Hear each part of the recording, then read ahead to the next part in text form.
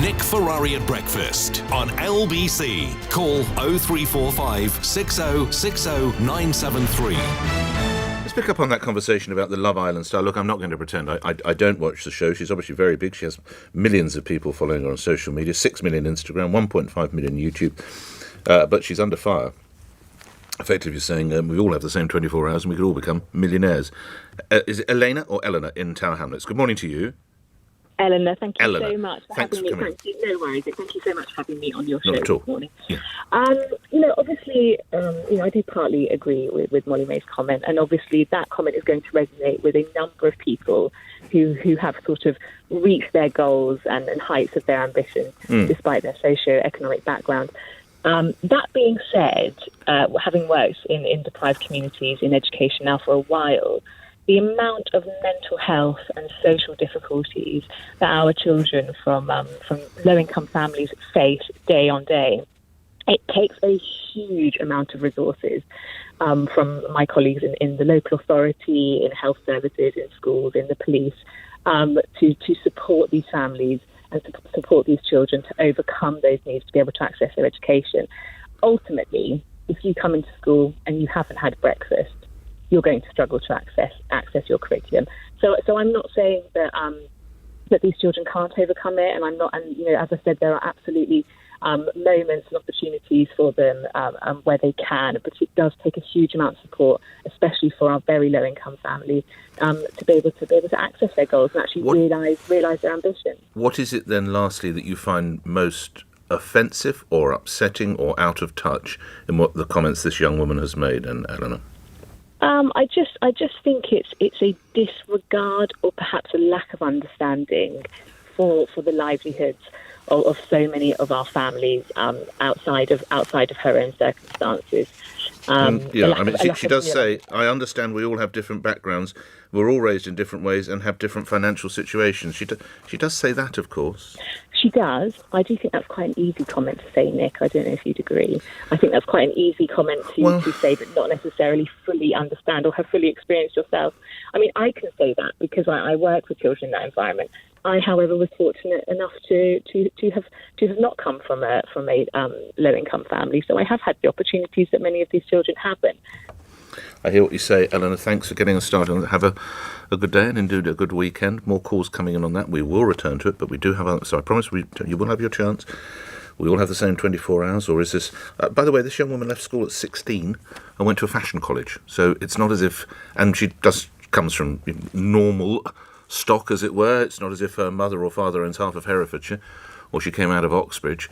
But I appreciate she did get on Love Island. But again, that's a lottery as well, isn't it? Anyway, we'll look at that in more detail. She'll turn to other matters of a different sort. Business, anyway. Businesses in England most impacted by COVID and the Omicron variant can benefit from £700 million in grants. Here with details is Conservative MP and Small Business Minister and also Minister for London, so we'll be talking about the tube strike as well. Paul Scully joins me now. Good to have you on. Thank you for coming. How do businesses access this cash, Minister? Good morning and Happy New Year to you.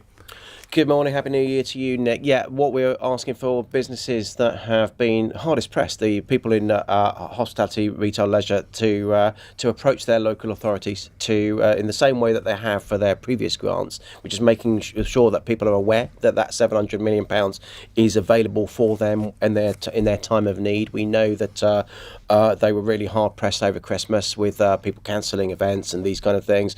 So what we did, we kept the rates of the grants at the same level as we did in previous grant when they were actually mandated to close. So recognising the fact that they are still hard pressed, we want to make sure that we can support them into the new year. So get hold of their local authorities and make those applications as soon as possible. Just picking you up, you said hospitality, retail and leisure. Again, I have to put you... I can hear people in the wedding industry, in the gym and fitness industry and others, hairdressing, even wailing and moaning. Have they been excluded, or is there a way into it for them as well, Minister?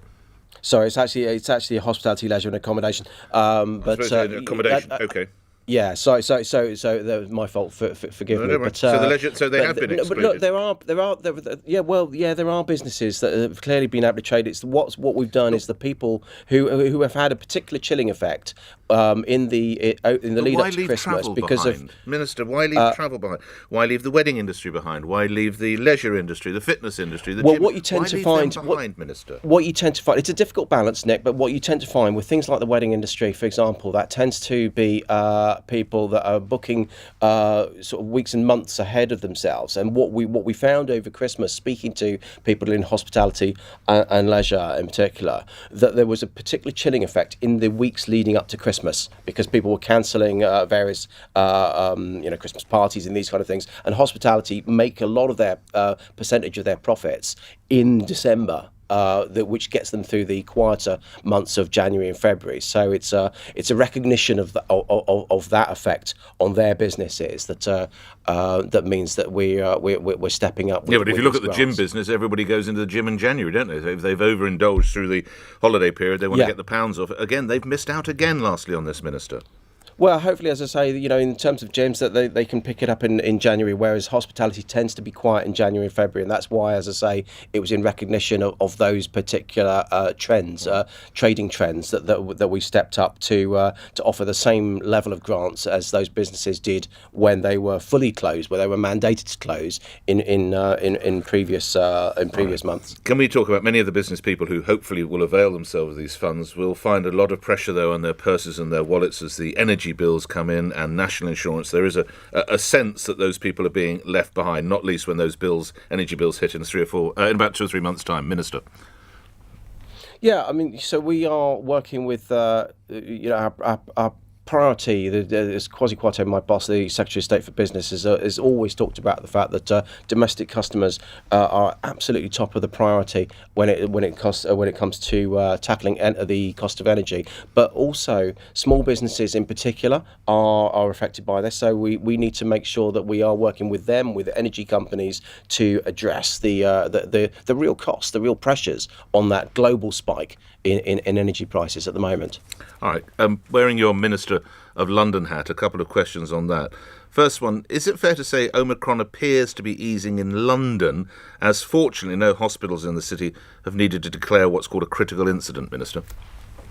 I think it's looking encouraging, the trend at the moment, Nick. But clearly we need to be on our guard because there's still pressure on the NHS in London. Not just because it's not just about the case numbers. There's a clear disconnect between case numbers and hospitalisations. But you've also then, because of the increased testing and the increased awareness by people, you've got bigger absences as well, and that's obviously adding extra pressure on the NHS and other public services. Some of that is going to be covered by military personnel, I understand. Is it around 200 military people? Yeah, it is.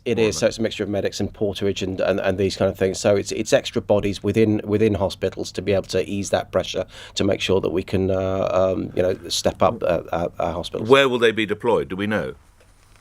I couldn't give you that detail at this moment. But what we also have a digital staff passport for the NHS, which allows staff to be able to move between hospitals. So where the pressure is most acute, that's where NHS staff will be pushed, but also the military staff as well. All right.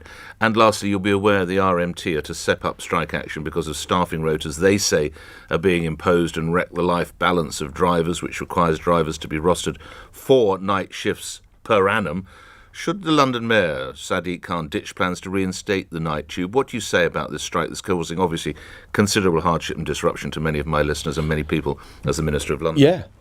It's totally unreasonable. I think we need to get back to the table, but the mayor needs to get back to the table with those unions and TfL to thrash this out. Because no, he shouldn't reverse his decision to look at the night tube. The night tube is a boon for London as we start to open up again, but it's vital to give people confidence of the safety and security about moving around London late at night, especially workers, not just people that are actually enjoying hospitality and the other areas that we've just been talking about, but workers that are maybe late workers, night workers, gives them the security and safety to move around town.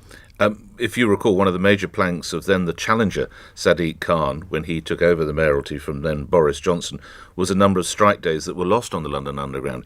If we're starting the longest ever tube strike, what does that say of Sadiq Khan's stewardship as mayor, Minister?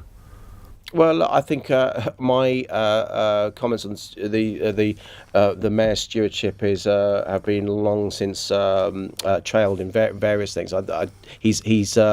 He's good at politics. He's not good at leadership. And what we need is a strong leader in London at the moment that's tackling these industrial relations, that's making sure we can keep Londoners moving. And lastly, as Small Business Minister, I'm sure you're a fan of the television show Love Island. You've got them all on Sky Plus, I've no doubt. Molly May Haig, who is one of the young stars, is saying everyone has the same 24 hours available. We can all make a success of our lives. But she's under considerable fire on social media. Is it fair what she said?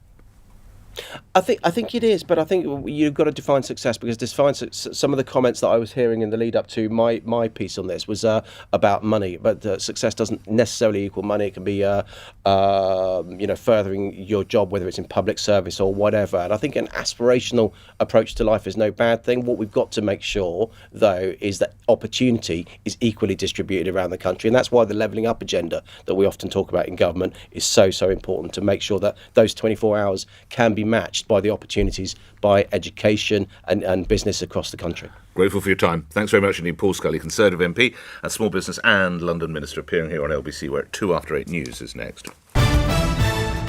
On your radio, on Global Player, and Play LBC. leading Britain's conversation. This is LBC. From